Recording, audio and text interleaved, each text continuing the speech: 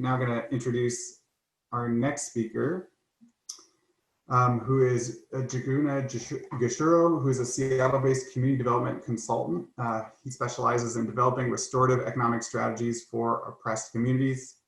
building capacity and enhancing access to capital for entrepreneurs of color, and cultivating new economies that advance empowerment and social justice for all. Njuguna's personal background and extensive experience in banking, consumer protection, and community development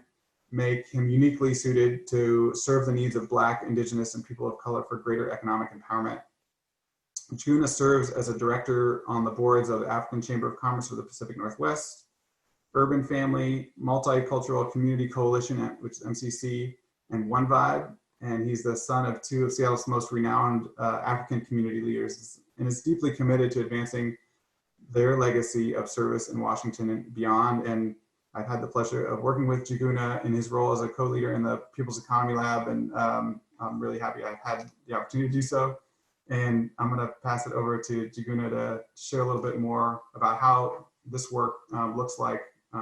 in our city right now.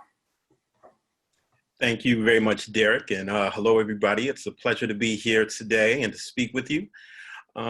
Again, my name is Njuguna Gishuru, and I'm proud to be a lab leader with the People's Economy Lab, and as Derek mentioned, to work with the African Chamber of Commerce of the Pacific Northwest. And so I want to start just by giving you a little bit of more background on myself. I am a native of Seattle, Washington, and Southeast Seattle in particular. And so I've spent my life kind of watching the development of this city, and my work really is really deeply embedded in this city and community. And I came to my work with the People's Economy Lab after spending the majority of my career in banking and government. And so working within banking regulation with the FDIC and the Consumer Financial Protection Bureau, and with private banking institutions in California and Washington State. And so being somebody that is very much socially and racially conscious, and wanting to use my own professional career to advance the welfare of my community and of society in general, I became a little bit kind of disillusioned and dissatisfied with life, kind of inside government and the private sector. Always ultimately wanting to change the system from within, but finding it a struggle and finding many barriers to doing that, and going through some formative experiences that really illuminated the structural injustices and problems with the system that really struck me, and really planted a seed within me of wanting to build something new and something different that better serves my community and better positions us to move into the future. One of those experiences was initially the 2008 financial crisis, and witnessing from within federal government how that really did devastate a lot of working people and communities, and particularly had a devastating effect on Black and Brown communities. And so upon returning to Seattle a few years ago, I had a focus in mind of shifting my career path towards moving away from my conventional kind of career within banking and government, to utilizing my skills and my experience to build power, build wealth and opportunity for communities of color, particularly in the city where I'm from, Seattle, Washington. And so within that period of my life, I started to just explore, to volunteer, and to really dig into my work with the African Chamber of Commerce. And in that process, participated in the Community Capital Working Group, which is a working group hosted by the People's Economy Lab, and got to know Derek Gruen and Shiho Fuyuki, and really felt that I found a space where people in this community within positions where they did have power and leverage were looking to create ways to increase access to capital for communities of color, and to build new models and to recognize the problems in the system we're working within. And I found that to be a great space for me to thrive and continue and to do my work and to support the work of others. And so through that participation in the Community Capital Working Group, began to get more engaged with Derek and Shiho, and eventually at the end of last year came on as a lab leader with the People's Economy Lab. And so just to give a little bit of background on the People's Economy Lab. The People's Economy Lab is essentially a core set of ideas from local economy leaders who are working on innovative ways to localize the economy and to shape an economy that's in greater service to community, with a particularly focus on communities of color. And so working within the lab, I have come on to continue work with the Community Capital Working Group and to work on specific projects like the South Seattle Community Small Business Resiliency Project, and also now the new Frontline Fellows Project.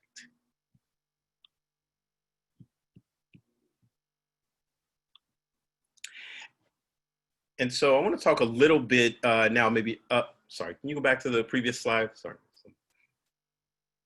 And so, and I'll touch on these a little bit later. And so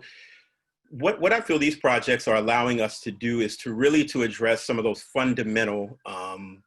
inequities and injustices in the economy that really put communities of color at a disadvantage, that we see really exacerbated through the COVID-19 crisis and the economic effects that it's had. Some of the pre-COVID problems that I've really had a focus on have been the racial wealth gap that we see glaringly in our city of Seattle and nationally, and also gentrification and widespread displacement. Those problems had already been really pivotal issues that our communities have been facing, but they've really been exacerbated by the COVID-19 crisis. And so in my work, particularly with small businesses in communities of color, we find that these challenges are some of the driving forces that cause, business failure, and for businesses just simply to not reach the goals of increasing upward mobility for the business owners and their families. And so the economic effects of COVID-19, which have been reducing vastly the revenues of all small businesses, have really affected small businesses in communities of color drastically, because we have seen that revenues have declined, if not disappeared. We've seen that businesses have had struggles in shifting their models to a post-COVID environment. And we've seen that programs that are available,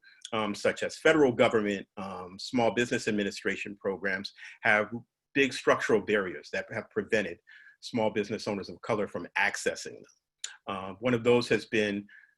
a really big reliance on, say, credit scoring as maybe the singular factor really for underwriting, say, an economic injury disaster loan, which has really impeded some of the access for our communities, and some of just simply the requirements in terms of paperwork and underwriting for the Paycheck Protection Loan Program, and a sort of rigid structure that the federal government tends to take on these things that is not meeting the needs of our small business owners in this crisis, and is sort of exacerbating the failure of our businesses and leaving them without a safety net as some other businesses have. And so what we've seen in communities has been really a lot of small business attrition as a result of this crisis, and the lack of a supportive ecosystem to help them to access the capital and to shift their business models and sort of react to this current crisis. And so one thing that I found through my work at the People's Economy Lab that has been a source of encouragement has been the ability to help shape a new approach to recovery. And that has been, next slide, through an equitable and inclusive small business recovery project called the Southeast Seattle Community Capital Resiliency Project.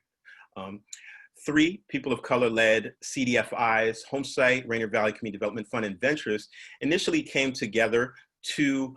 try to put together a place-based lending and technical assistance and capacity building program focused on helping small businesses owned by people of color in Southeast Seattle sustain themselves from the onslaught of displacement as a result of gentrification. With the shift into the COVID-19 crisis, that project has also shifted to address COVID-19 recovery. And so the People's Economy Lab came on at the beginning of the year as a consultant to develop the business plan for this project,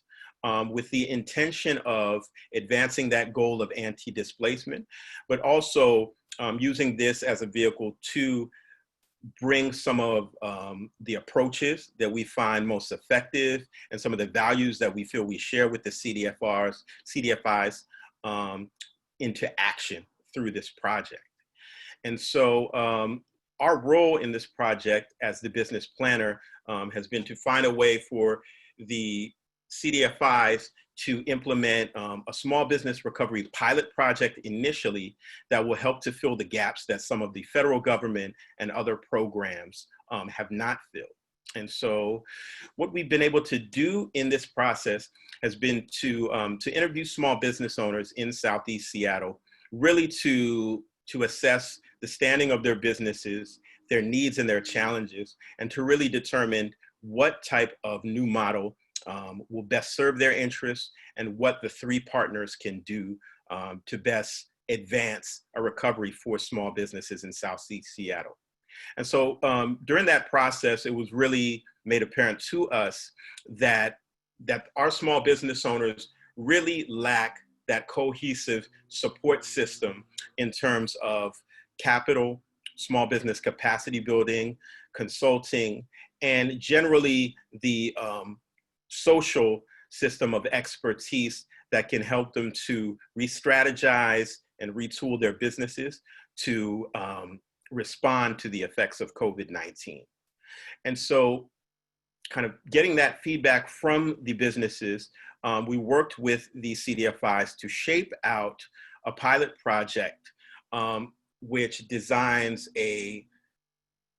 comprehensive capacity building and capital injection lending program to help small businesses really receive the full range of support services they need to retool their businesses, to respond to the COVID-19 crisis, and to get the injection of capital that they need to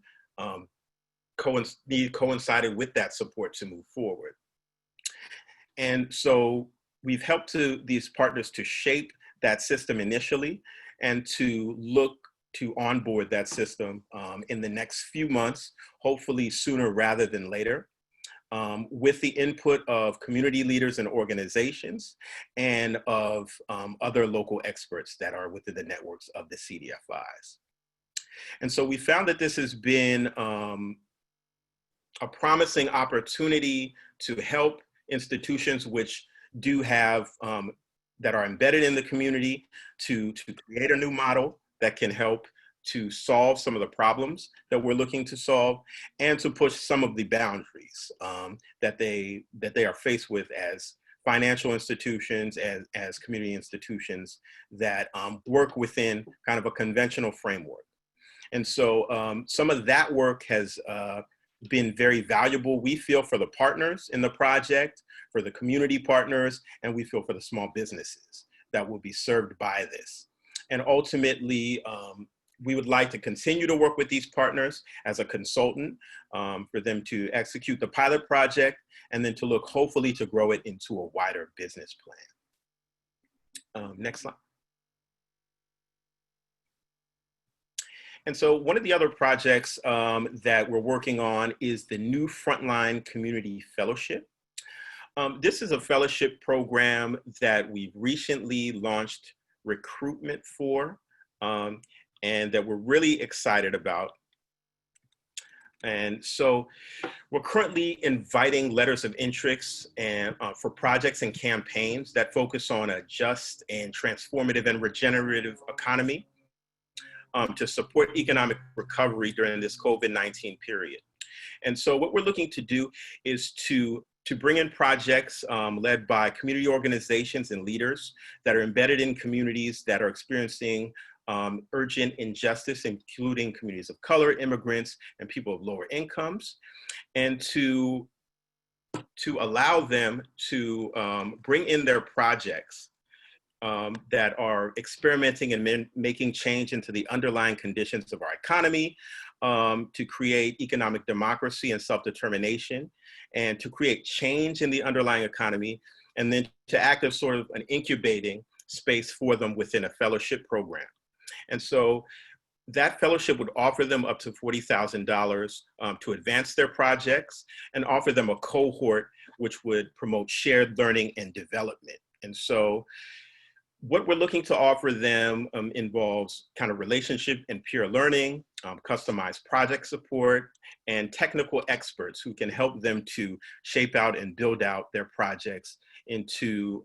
from kind of budding ideas into fully developed projects. We also want to give them opportunities to showcase their projects to funders and to explore how to embody the principles of equity, transformation, and regeneration.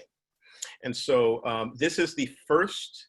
cohort that we've launched, and we're looking to create a sustainable program where leaders from frontline communities of color can have an incubating space and institution to develop ideas and concepts and models to really change the underlying structure of our economy to where it empowers community rather than extracts from or exploits community. And so we are just at the beginning stages of recruiting, have got a lot of positive feedback from folks in terms of interest, and are looking to end the selection and recruiting process by the end of August, to select fellows in the month of September, and then to get the fellowship program going in October. And so we're really excited about this opportunity to really build a fellowship program for building the new economic models, which is one of the key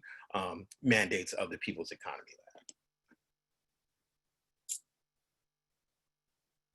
And so that is the end of my short presentation. We would encourage any of you that are interested in the New Economy Fellows Program to contact us, and we can send out that information. And any of you that have folks in your network you feel may be interested or eligible, we'd love to send out that information to you and to spread it far and wide so we can have as big of an impact as possible. And so